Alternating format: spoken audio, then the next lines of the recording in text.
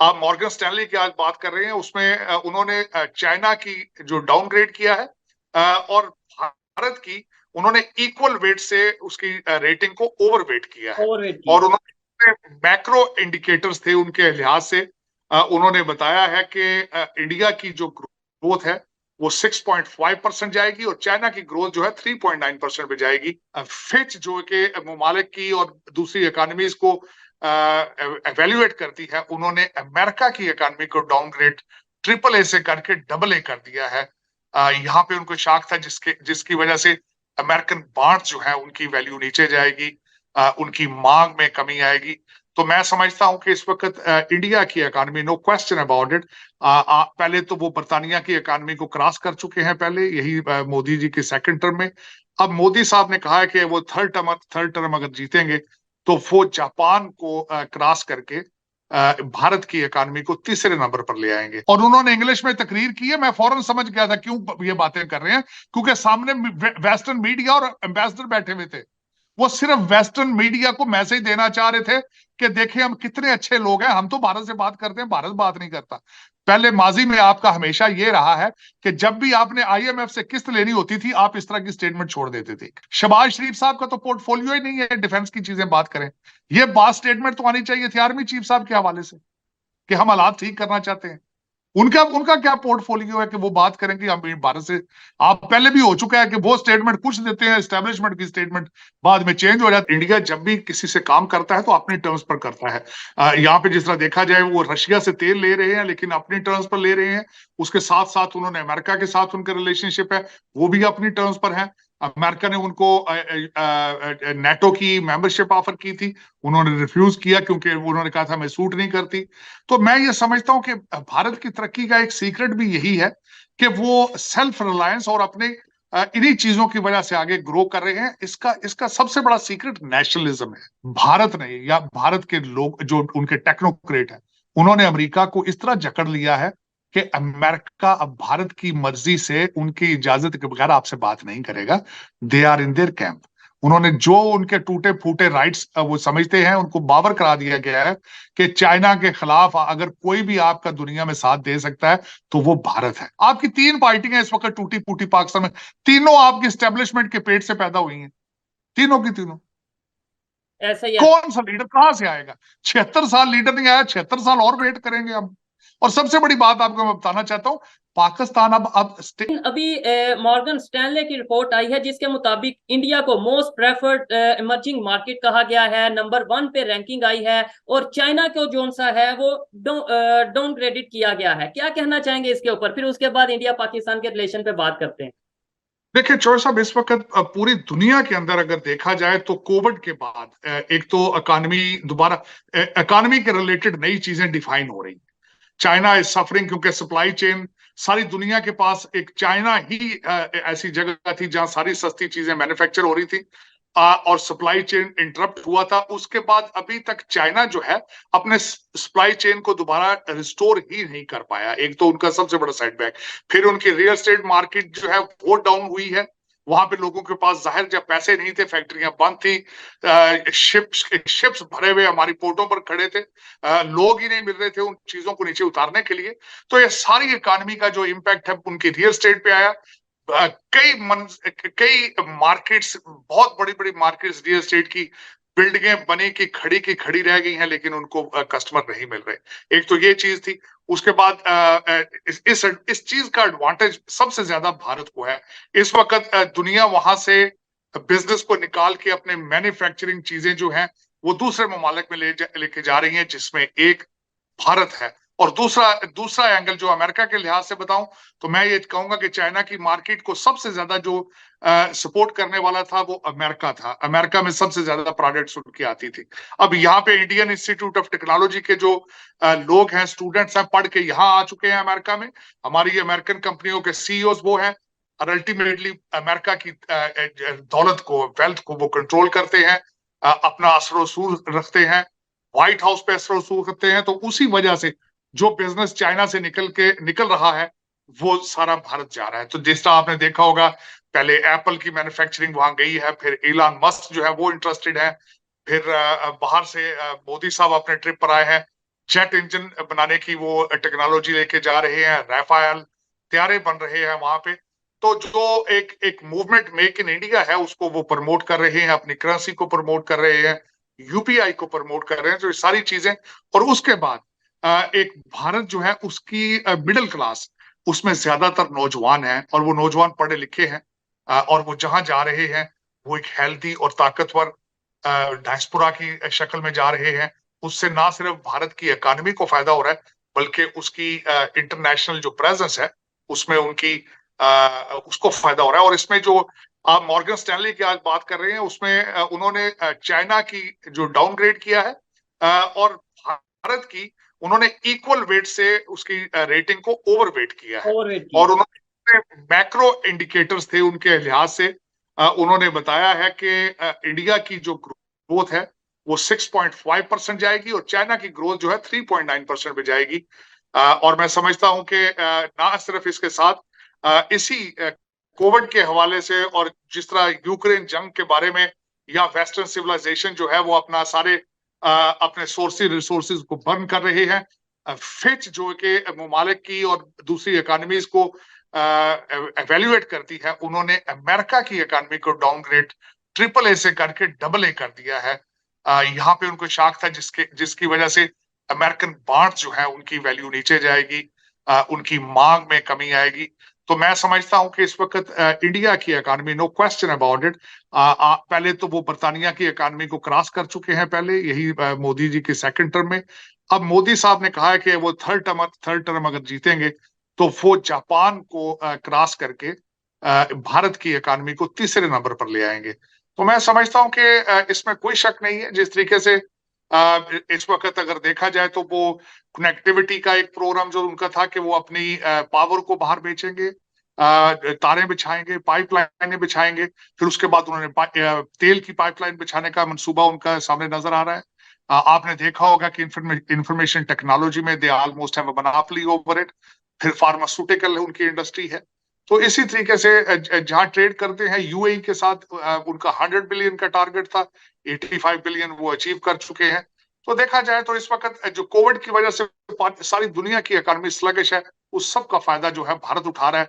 China के जो जितने चैलेंजेस हैं, चाइना की जितनी मैन्युफैक्चरिंग है, it is moving towards India, which will make India stronger in the future. ठीक है सर, आपकी बातों से एग्री करता हूं, लेकिन एक चीज ये सारे सिनेरियो में जो मैं ऑब्जर्व कर रहा हूं और बहुत से लोग भी ऑब्जर्व कर रहे होंगे कि देखें, इंटरनेशनल मार्केट तेजी से इंडिया की तरफ मूव हो रही है। बड़ी बड़ी मल्टीनेशनल कंपनीज इंडिया की तरफ जा रही हैं, बिजनेस करना चाह रही हैं, एलॉन मस्क हो, एप्पल हो या जो भी कंपनी हो। लेकिन इंडिया अपनी पॉलिसीज के ऊपर तो कंप्रोमाइज बिल्कुल करता नहीं नजर आ रहा। वो ये कहते हैं एप्पल हो या एलॉन मस्क हो या कोई भी कंपनी हो, वो इंडिया में आएगी तो इंडिया की पॉलिसीज के मुताबिक काम करना पड़ेगा, चाहे वो ट्विटर हो चाहे कोई भी, मतलब किसी भी हवाले से अगर बात करें। ये बड़ा प्लस पॉइंट मुझे नजर आता है। शायद ये उनकी जो पॉलिसी है इसी वजह से आज यहाँ तक वो पहुंचे हैं।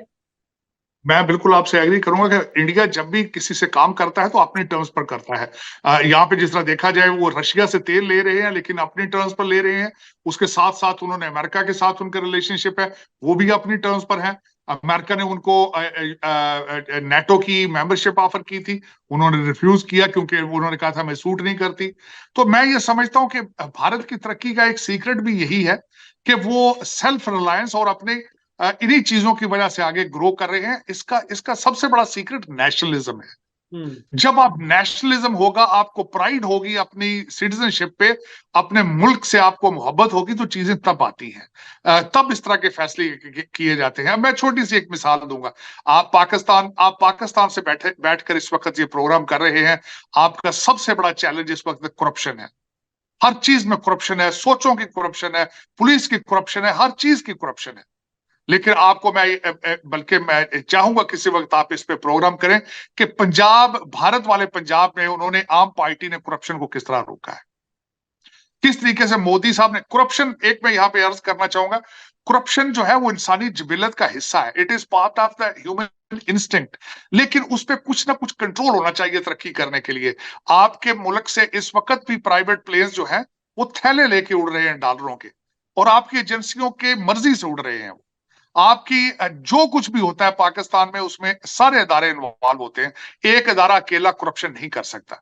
लेकिन वजह यह है कि आपको पाकिस्तान से मोहब्बत करना, आपने शुरू ही नहीं की। पाकिस्तान से मोहब्बत करना बंद तो करते अगर शुरू की होती। पाकिस्तान आपने सिर्फ कागजों में बनाया था। अगर एक मिनट के लिए सोचे, आज 1947 को अगर सोचा जाए, जो लोग जलीलो ख्वार होकर पाकिस्तान में आए थे, अपनी माओ बहनों को रास्ते में मरवाते आए थे, हर चीज छोड़ के, क्या आपने जस्टिफाई किया है पाकिस्तान को बनाने का? जो टू नेशन थ्योरी आप कहते हैं कि टू नेशन थ्योरी की बेस पर पाकिस्तान बना, क्या आपने उनको पाकिस्तान बनाकर दिया है? मेरे ख्याल में नहीं बनाया। आपने बिल्कुल। सिर्फ एक आपको एक हमारे एक आइडियोलॉजी बेची है आपने। जी, उसके बाद आपने पाकिस्तान को एटीएम मशीन की तरह लूटा है। आज जो आया इसने 76 साल लूटा है। आपने अपनी टू नेशन थ्योरी को ही जस्टिफाई नहीं किया। आपने पाकिस्तान को बनाने की थ्योरी को जस्टिफाई नहीं किया। मेरा सबसे बड़ा आपसे गिला ये है, मेरा सबसे ज्यादा अफसोस आपसे ये है। और सर इसकी सबसे बड़ी एग्जांपल ये है कि हम, जैसे आपने बोला और आप देखते हैं, लोग देखते हैं कि हम पब्लिक में जाके ओपिनियन लेते हैं। मैं आपको बता रहा हूँ कि सर बड़ी तादाद में यूथ और एजुकेटेड यूथ ये कहती है कि भाई ये हमारे हाथ जुड़े हैं, हम तो पाकिस्तान से बाहर जाने के पर तोल रहे हैं।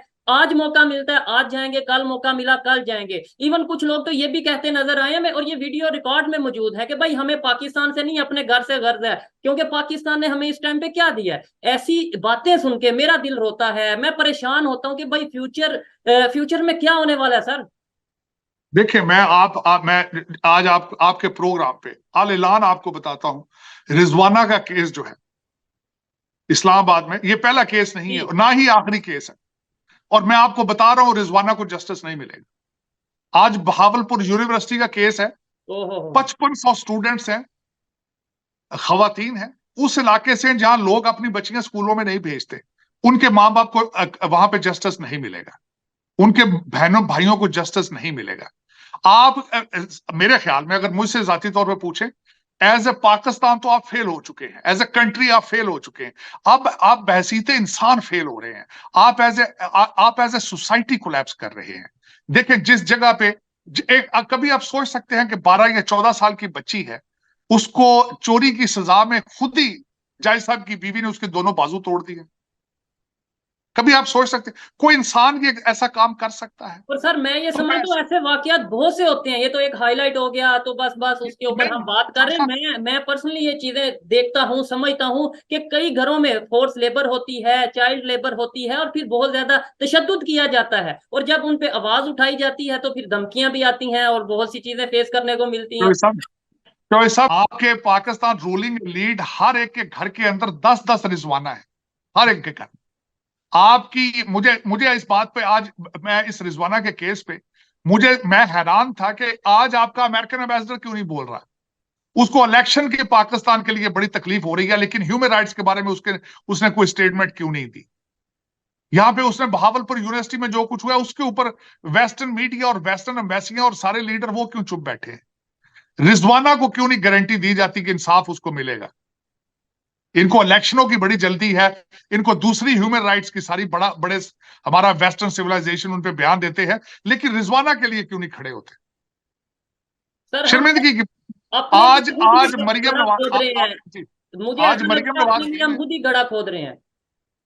आज मरियम नवाज गई हैं हॉस्पिटल में उनको देखने, लेकिन वो भी एक वोटों के लिए। लेकिन ये क्या बात है, आप बहसीते इंसान क्यों नहीं इस चीज को सीरियस ले रहे? क्योंकि आप मेरे ख्याल में अफसोस के साथ ज्यादातर हमारे पाकिस्तानियों के मेजॉरिटी के जमीर मुर्दा हो चुके हैं। बस वो हर चीज लूट के अपने घर ले जाना चाहते हैं। कोई शौक नहीं है एज ए सोसाइटी।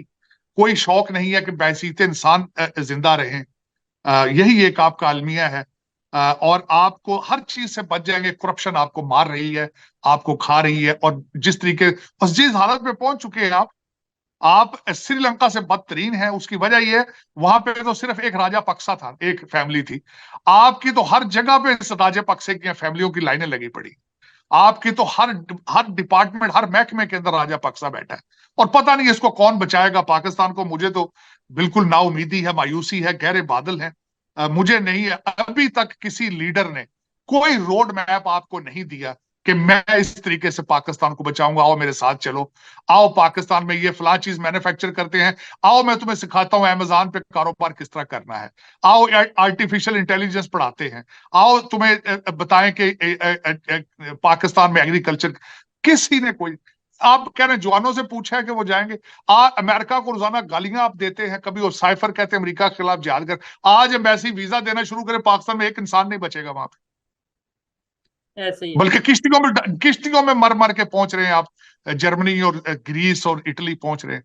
लेकिन देखें, यही एक वजह है कि आपने 76 साल ना पाकिस्तान को बनाया है, ना कोशिश की है, ना जस्टिफाई करने की कोशिश की है, ना कोई लीडर आया है। जो फ्राडी ही आए हैं। मैं तो समझता हूं कि फ्रॉड ही लगा रहे हैं अभी तक। कोई जो आपके जिस तरह मैंने कहा कि अभी तक किसी पाकिस्तानी के मुंह से मैंने कोई अच्छा बिजनेस प्लान नहीं सुना, कोई रोड मैप नहीं देखा। खान साहब कहते हैं ओवरसीज पाकिस्तानियों को पैसे लेकर आऊंगा और दूध की नहरें चलेंगी, हालांकि उनको बिजनेस प्लान नहीं है।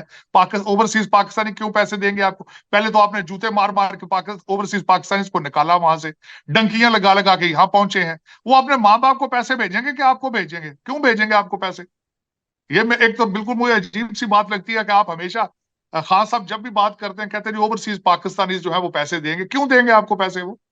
ऐसे एक ही। तो ना लॉ एंड ऑर्डर के हालात है वहां आपके, ना थाना ना कचहरी चलता है, ना पटवारी चलते हैं, तो वो क्यों जाएंगे वहां पे? सर इसमें आपने ये बात की है रोड मैप नहीं है। देखिए मैं ये कहता हूँ रोड मैप भी शायद मैटर नहीं करता, वो भी बात की बातें हैं। पहले नीयत मैटर करती है कि आपकी नीयत भी है पाकिस्तान को बेहतरी की तरफ लेके जाने की या नहीं। रोड मैप पॉलिसीज ये तो उसके बाद की बात है। जब आपकी नीयत ही नहीं होगी तो फिर रोड मैप किस काम का? और पहले नंबर पे हमें तो ये चीज सोचनी है। बिल्कुल डेफिनेटली। देखिए, नियत होगी तो रोड मैप बनेगा, बिल्कुल आपकी बात ठीक है। जब नियत ही नहीं है, ऐसे लेकिन ही। मुझे ये बताएं नियत कहां से मिलती है, कहां से इंपोर्ट की जा सकती है? 76 साल में किसी की भी नियत नहीं बनी, ये क्या वजह है? और दूसरी बात जो मुझे ज्यादा तकलीफ दे है कि आपके साथ पड़ोसी हैं, उन सबकी नीयत ठीक है, वो तरक्कियों पे है। बांग्लादेश आपको छोड़ता है, वो भी तरक्की कर जाता है। अब आपके अफगान भाई आपको छोड़ के कतर के साथ लगते हैं, वो भी तरक्की शुरू कर देते हैं। आप कैसे बदकिस्म के लोग हैं आप? मेरी समझ से बाहर। मेरे ख्याल में एक रिजवाना जैसी बच्चियां रोजाना बददुआएं देती हैं और उनकी बददुआओं की वजह से आपके मुल्क से बरकत ही खत्म हो गई। ऐसे ही है। लेकिन क्या सर वजह है? फिर भी हम क्या वजह? उम्मीद रखेंगे। मैं ये समझता हूँ कि जब अगर हम उम्मीद छोड़ देंगे तो फिर पाकिस्तान के लिए बात करने का कोई मकसद नहीं रहेगा, पाकिस्तान की बेहतरी का सोचने का कोई मकसद नहीं रहेगा। मुझे ये बहुत उम्मीद है कि आने वाले टाइम में अभी शायद मेरे जैसे लोग या हम ही अभी रिक्वेस्ट कर रहे हैं अदारों को, गवर्नमेंट को, लेकिन अगर बात ना सुनी गई तो मेरे जैसी यूथ उठेगी, आवाज उठाएगी पाकिस्तान के राइट के लिए, अपने राइट के लिए, पाकिस्तान के बेहतर इमेज के लिए। और मैं ये समझता हूँ कि आने वाला टाइम कुछ ना कुछ बेहतर होने वाला है। देखिए, मैं बिल्कुल ख्वाब देखना कहते हैं कि फ्री ख्वाब है, इसमें कोई हर्ज नहीं है, देखने में कोई हर्ज नहीं है। लेकिन आपकी यूथ जो है, मैं आपको छोटी सी बात बताना चाहूँ, आपकी यूथ भुट्टो साहब ने भी निकाली थी, रोटी कपड़ा मकान का उन्होंने दिखाया था। बच्चे स्टूडेंट यूनियंस को सड़कों पर लेकर आए थे। खान साहब के पीछे भी सारे लौंडे लपाड़े हैं। खान साहब के पीछे भी जितने अमीर घरों के बच्चे हैं वो सारे ये समझते हैं कि ये इबादत है। बाप करप्शन में इन्वॉल्व है, बच्चे और बीवी उनकी सारी खान साहब को सपोर्ट करती है।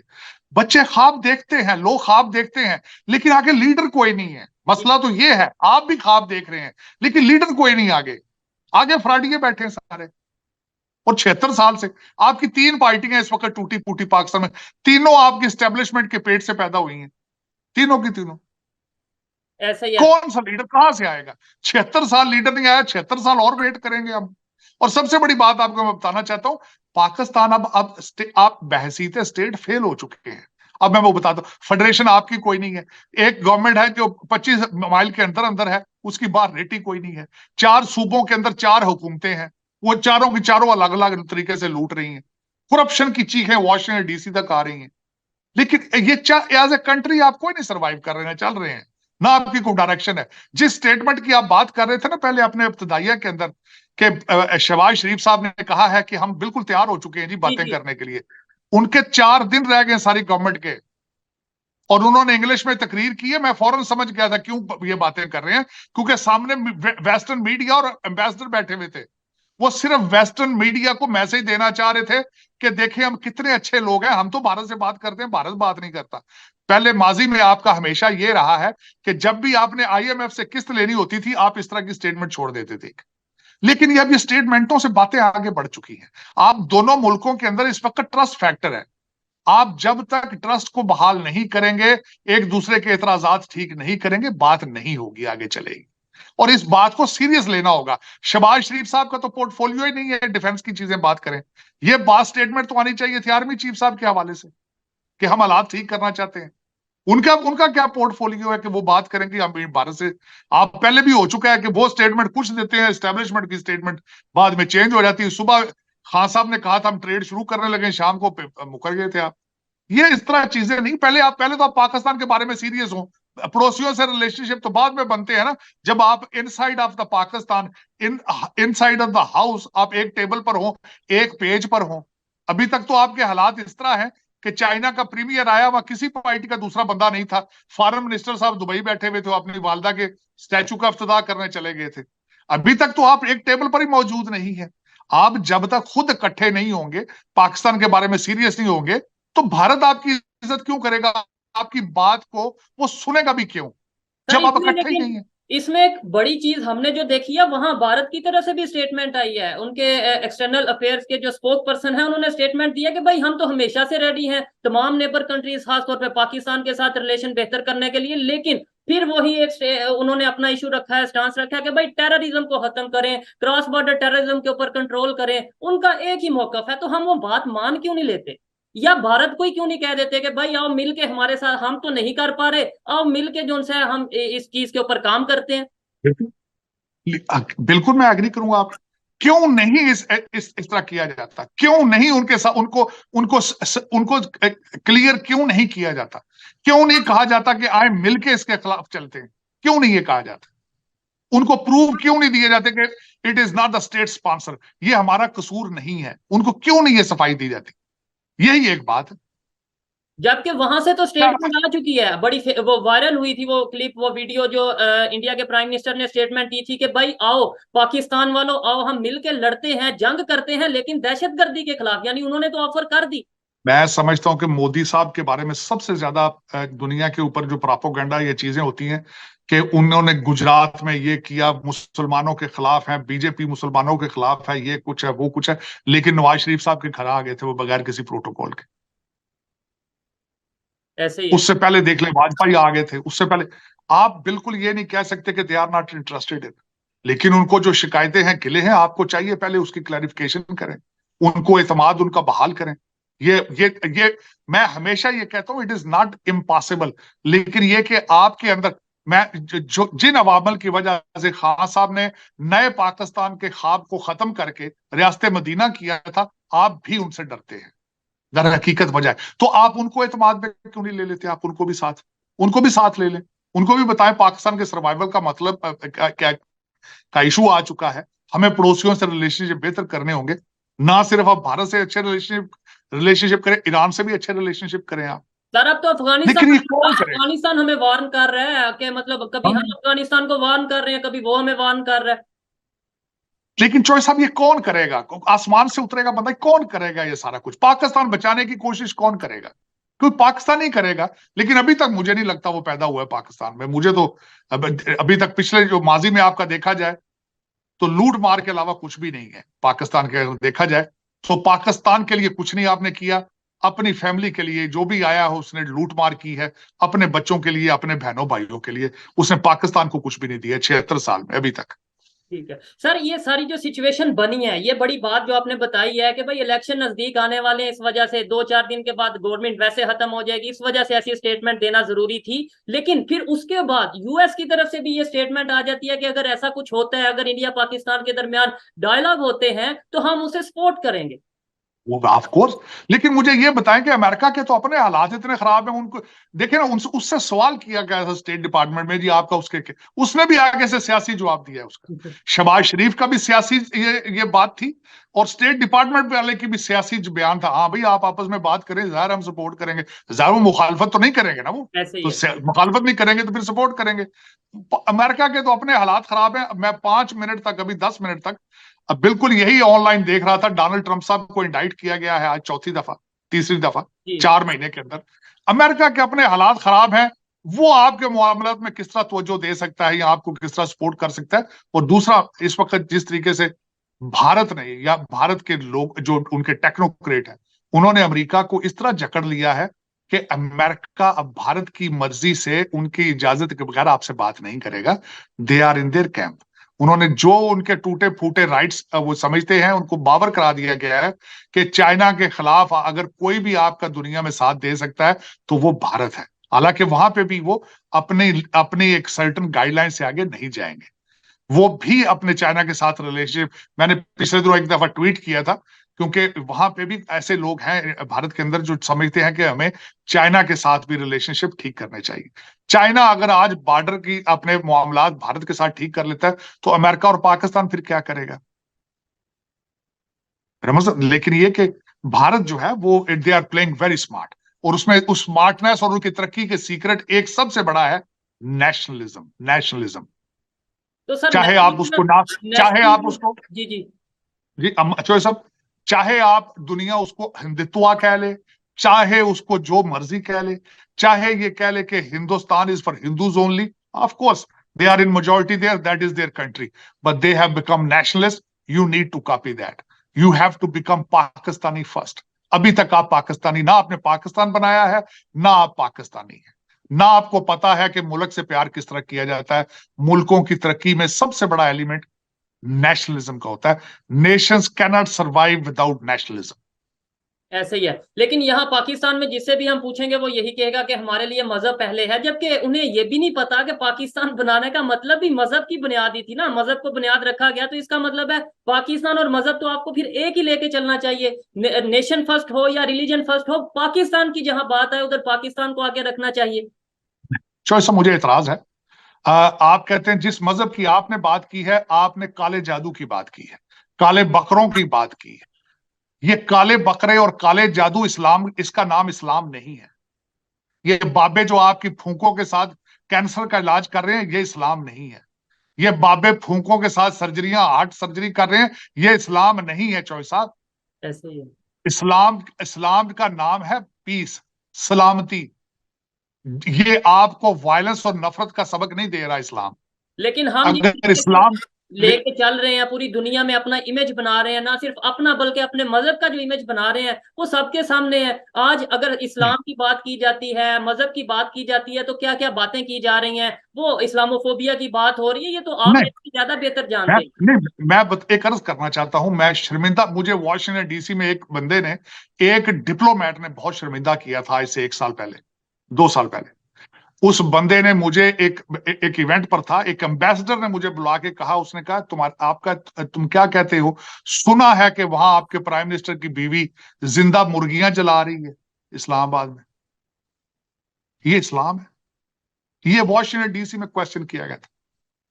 ऐसे ही है, तो यही मैं उसको, ये इस्लाम है जो आप कह रहे हैं कि इस्लाम पहले है पाकिस्तान बाद में है? कौन से इस्लाम की बात कर रहे हैं? एक एक गली में 6 6 मस्जिदें हैं और एक दूसरे को काफर काफर कह रहे हैं। वो ये मस्जिद है, ये इस्लाम है आपका?